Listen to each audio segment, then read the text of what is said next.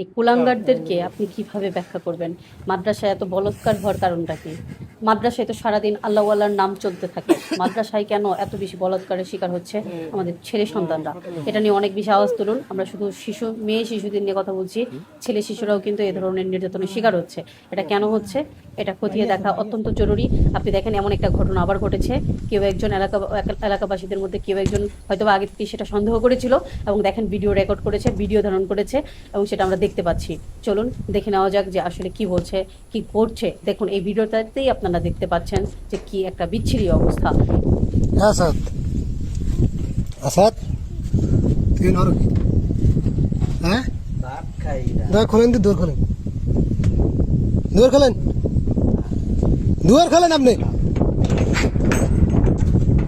ও pan খুলছে, ও pan খুলছে, তুই কোন খুলছ? হ্যাঁ না তোর কি আছে? প্যান খুলতে গেছেন কারে? আর প্যান খুলতে কইছেন খাইকা